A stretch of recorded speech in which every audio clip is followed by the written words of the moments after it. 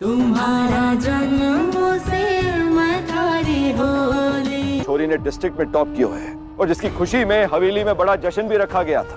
हम सब थे हुकुम, उस जश्न का हम हिस्सा बने थे। हम सोच भी नहीं सकते कि कोई इतना बड़ा जश्न का इंतजाम करेगा और उसके लिए जो उसकी अपनी संतान तक नहीं है। लेकिन मैंने किया। हमारी धर्म पत्नी दुर्गा को अपनी सबसे अच्छी बेटी माने।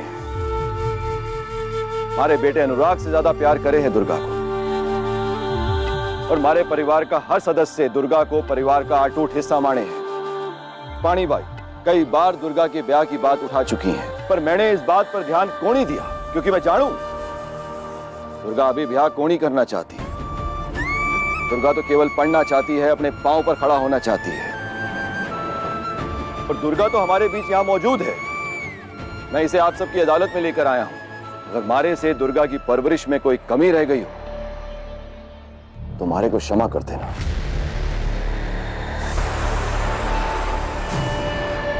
कल दोपहर में जब मैं कबीले आया था, आप सब तो मौजूद थे वहां। हुकुम, हम भी वहां गए थे, हम सब थे वहां पे। इतना कुछ आप लेकर आए थे हमारे लिए। वो सब जरूरी नहीं है। मैं वहां आया था दुर्गा के लिए। दुर्गा आपके कबीले की कोनी, पास ही में एक कबीला है, दुर्गा वहां की है। लेकिन जो खून आपकी रगों में दौड़े है वही दुर्गा की रगों में भी दौड़े है। यह आपकी अपनी बेटी है। मैंने तो बस यही चाहा कि दुर्गा एक अच्छी इंसान बने। जब एक दिन डॉक्टर बने तो यहाँ लोगों का इलाज कर सके, आम लोगों के काम आ सके। सदा यही सपना दिखाया मैंने दुर्गा को और इस सपने को दुर्गा ने स्वीकार भी किया। और मैंने तो अपने बेटे अनुराग से भी यही कहा है। वो भी डॉक्टर बनकर यहाँ पर क्लिनिक खोलना चाहता है, या हर हफ्ते एक दो दिन रुक कर लोगों का इलाज करना चाहता है। इसी इरादे से मैं दुर्गा को अपने साथ लेकर आया था, ताकि भविष्य में वो आप सबका सहारा बन सके। जो काम मैं समाज के लिए करता आया हूं उसमें यह भी शामिल हो सके। इतने गर्व, अहंकार और आशा के साथ मैं इसे अपने साथ लेकर आया था। फिर कल मारे को एक फोन आया, उसका जो काफी सालों से हमारे लिए काम कर रहा है। राजेश का कॉल आया था हमारे। हुक्म, हमारे घर में अचानक से कोई बीमार हो गई है, तूफान भी आने वाला है। मैं उसे डॉक्टर के पास भी नहीं ले जा सकता। वो तो पता है अस्पताल भी बहुत दूर है और इस हालत में इतना लंबा सफर को नहीं कर पाएगी। अब मैं क्या करूं हुक्म? जब मैंने दुर्गा से पूछा तो उसने तुरंत हाँ कर दी और राजेश ने दुर्गा के लिए ड्राइवर और गाड़ी दोनों भेज दी है। और मैंने दुर्गा को राजेश के घर जाने दिया। फिर जो उसके बाद हुआ,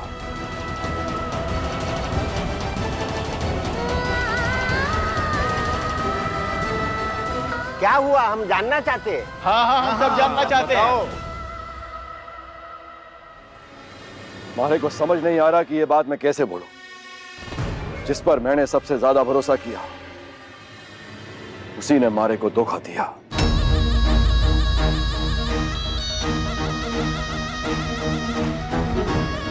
हमारी अपनी जुबान ये बात क्यों नहीं बोल सकती? वो लड़की जिसे आप सब राजेश की पिंजड़ी माने हैं, वही आप सब लोगों को बताएगी। बता चांदनी, बात कही है। हम सब यहां सच सुनने के लिए इकट्ठा हुए हैं। सच सच बोलना, घबराने की जरूरत क्यों नहीं। मैं जानो हूं थाड़े को ठेस पहुंची है, थारा दिल दुखा है। मैं इस सब के लिए तारे से क्षमा भी मांगता हूं। बता सच कही है। बड़े पापा, अगर आप इजाजत दे तो इनसे पहले मैं कुछ कहना चाहता हूँ। तुम्हें क्या कहना है अनुभव? कुछ नहीं, बस एक सुधार, करेक्शन है। जहाँ तक मुझे पता है यह लड़की राजेश की बीवी तो नहीं है। उसे खुद अपनी बात रखने दो। तुम क्या सोचते हो, क्या समझते हो, वो मायने नहीं रखता। ये लड़की अपना परिचय खुद देगी, खुद अपनी पहचान बताएगी। बताने दो इसे।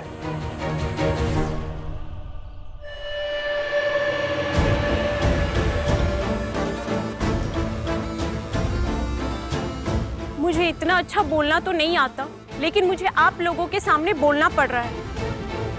इससे आप लोग समझ सकते हैं कि मुझे कितना दुख पहुंचा है।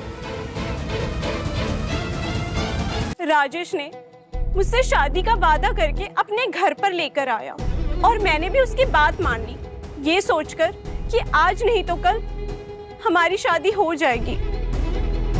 लेकिन राजेश टालता रहा और मेरे पास वापस घर जाने का रास्ता भी नहीं बचा था। फिर मैं करती भी तो क्या करती, मुझे राजेश के ही घर में उसकी बीवी बनकर रहना पड़ा। खैर, हमारी शादी नहीं हुई थी, लेकिन मैं राजेश की पत्नी बनकर उसके घर में रहती थी। हमारा रिश्ता एक पति पत्नी की तरह था। लेकिन कल रात जो हुआ, मुझे सुनने में आती थी इनकी बातें कि राजेश रात भर किसी से फोन में बात करता था, हंसते हुए, खिलखिलाते हुए। मुझे समझ में नहीं आ रहा था कि वो औरत कौन है, लेकिन बाद में समझ में आया कि वो औरत कोई नहीं, ये दुर्गा है।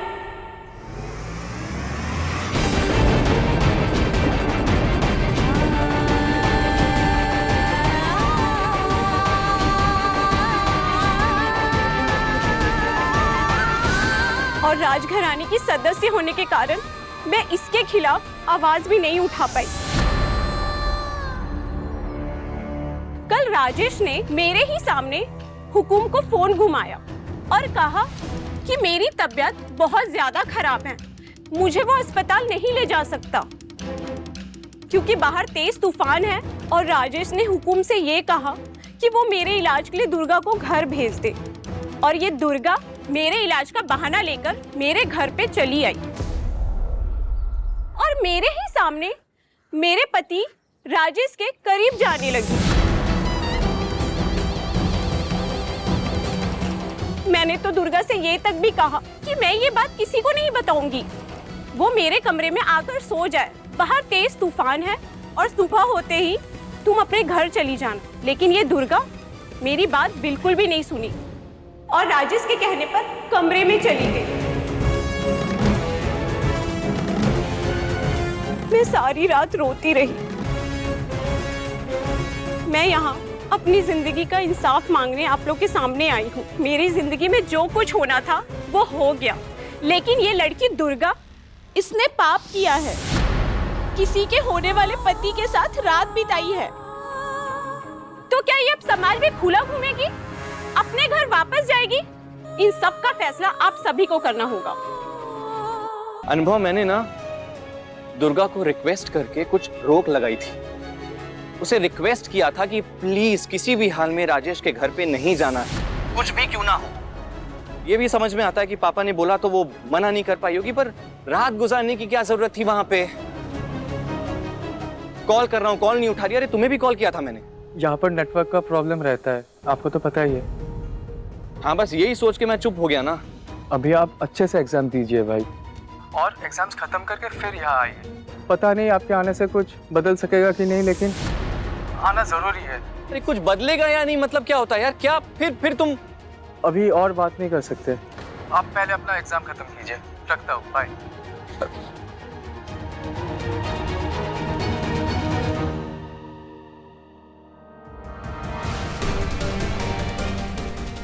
ऐसा क्या हुआ होगा दुर्गा को? कुछ तो है जिसके बारे में अनुभव मुझे बता नहीं रहा है। लेकिन फिर उसने बोला दुर्गा ठीक है, और अगर दुर्गा ठीक है तो फिर ऐसी बातें क्यों उठा रहा है वो? क्या राजेश ने दुर्गा की बेइज्जती की? अरे लेकिन राजेश की वाइफ भी तो थी वहां। नहीं, मैं इन सब के बारे में अभी नहीं सोचूंगा। पहले ठीक से एग्जाम देता हूं और फिर तुम्हारे पास आ रहा हूं दुर्गा। मैं आ रहा हूं तुम्हारे पास।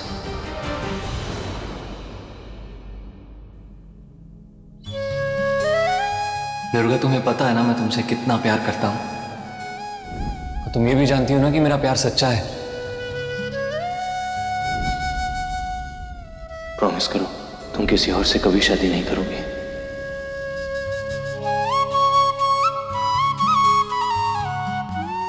अरे रुके रुके दुल्हे राजा, माला तो पहनते जाइए। तुमने मुझे माला पहनाई, मैंने तुम्हें माला पहनाई, इसका मतलब हमारी शादी हो गई।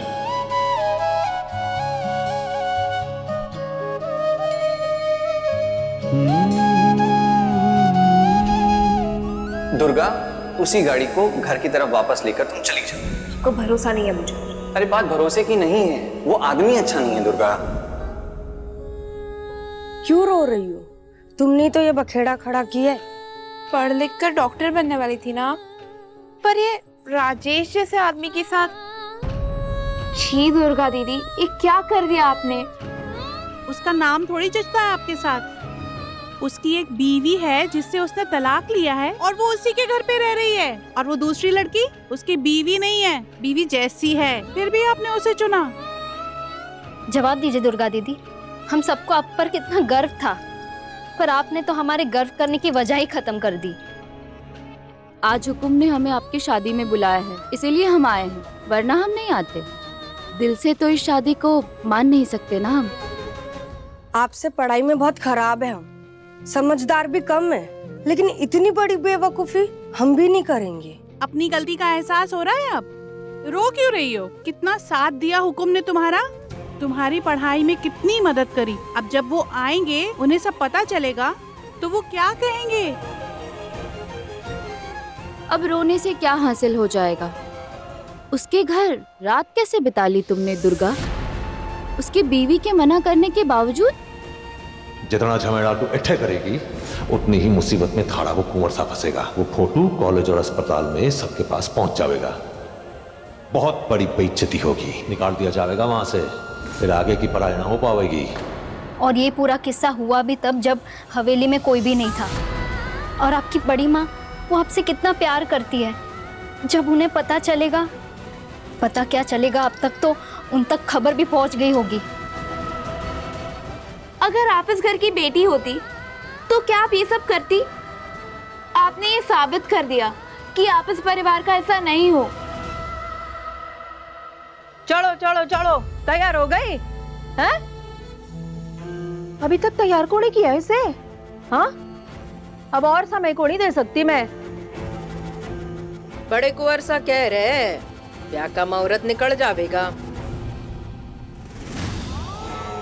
और तू दुर्गा, मानना पड़ेगा, इतना बड़ा कांड रच दिया और किसी को खबर तक न हुई। हमारे सामने तो राजेश पर गुस्सा दिखाती थी, परंतु थारी इस चक्कर के बारे में किसी को बड़ा तक न लगे। ए चूड़ी दे रहे कहीं दुर्गा?